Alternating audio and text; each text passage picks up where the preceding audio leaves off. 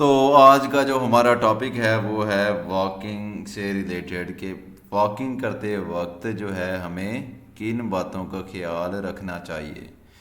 یعنی پہلے تو ہم اس کے فائدے کی طرف جاتے ہیں کہ واکنگ کے جو ہے واک کرنے کے پیدل چلنے کے ہماری زندگی میں کیا کیا فوائد ہیں. ایک تو سب سے پہلا جو فائدہ ہے ہماری ہیلتھ سے ریلیٹڈ اس میں ہے ڈائجیشن ایشوز. یعنی جب بھی ہم کوئی بھی چیز کھاتے ہیں اور اگر ہم واک نہیں کرتے تو اس سے کیا ہوتا ہے، اس سے وہ چیز جو ہے آپ ڈائجسٹ اچھے طریقے سے نہیں کر پاتے. یعنی اسٹومچ میں خوراک کا جانا اور وہیں پر سٹور ہو جانا جو ہے یہ ڈفرینٹ کائنڈ آف ڈیزیزز کا باعث بنتا ہے. یعنی اس سے ہمیں مختلف قسم کی بیماریوں کا مسئلہ ہو سکتا ہے، اور آنے والے وقت میں جو ہے اس کا ہمارے پٹھوں کے اوپر، ہمارے جوڑوں کے اوپر جو ہے بہت ہی زیادہ سائیڈ ایفیکٹ جو ہے اس کے مرتب ہو سکتے ہیں. اس کے علاوہ یہ ہے کہ آپ کی جو انرجی، جو آپ نے چیزیں کھایا، جو فوڈ انٹیک کیا، اس میں جو کیلریز ہیں وہ آپ کی جو ہے برن ہونا سٹارٹ ہو گئی. اب جو ہے ہم کہتے ہیں کہ یار اگر انسان ایک کا ویٹ بہت ہی زیادہ بڑھ جائے تو اسے کیا کرنا چاہیے. سب سے پہلے جو ہے اسے اپنے لائف سٹائل، اپنی روٹین کو جو ہے اسے چینج کرنا چاہیے. اب روٹین کو کیسے چینج کر سکتا ہے؟ اسے چاہیے کہ وہ واک کرے، چہل قدمی کرے، اور تاکہ جو ہے ایک اس کی کیلریز جو ہیں وہ اچھے طریقے سے برن ہوں، اور اس کی ہیلتھ کا جو ہے پیٹرن جو ہے وہ ڈسٹرب نہ ہو. اور دوسرا یہ کہ کنسسٹنسی کے ساتھ، یعنی کہ ڈیلی واک کرے، کیونکہ خوراک کا ہضم ہونا اور ہضم ہونے کے لیے واک کا اہم رول جو ہے اسے ہم کسی بھی طور پر نگلیکٹ نہیں کر سکتے. اب اس کے لیے واکنگ کے لیے ہمیں کن کن باتوں کا خیال رکھنا چاہیے، تو اس میں سب سے پہلے جو ہمارے پاس آتی ہے وہ ہے کہ تیز چہل قدمی کے دوران اپنا سر، کندھے اور جسم مناسب حد تک سیدھا رکھیں.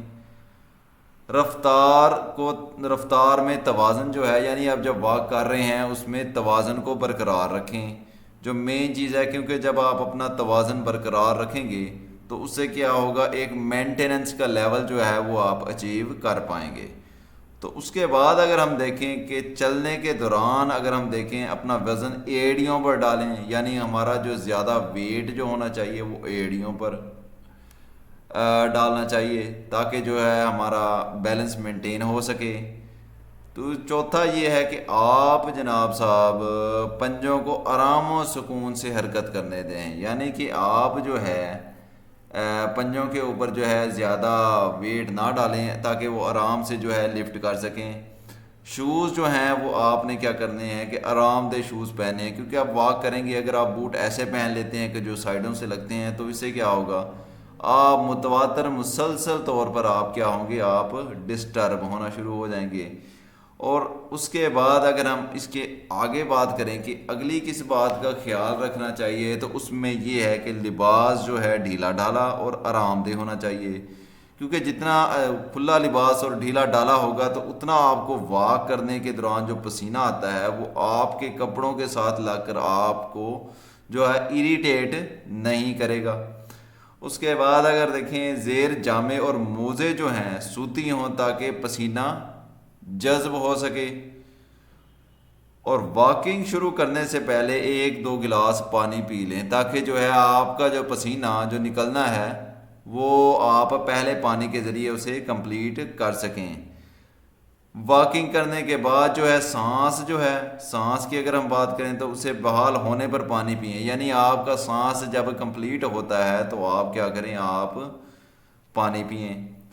پسینہ آپ جب واک کر کے آتے ہیں پسینہ آتا ہے، پسینہ خشک ہونے کے بعد آپ نے کیا کرنا ہے، آپ نے پسینہ خشک ہونے کے بعد جو ہے وہ نہا لینا چاہیے.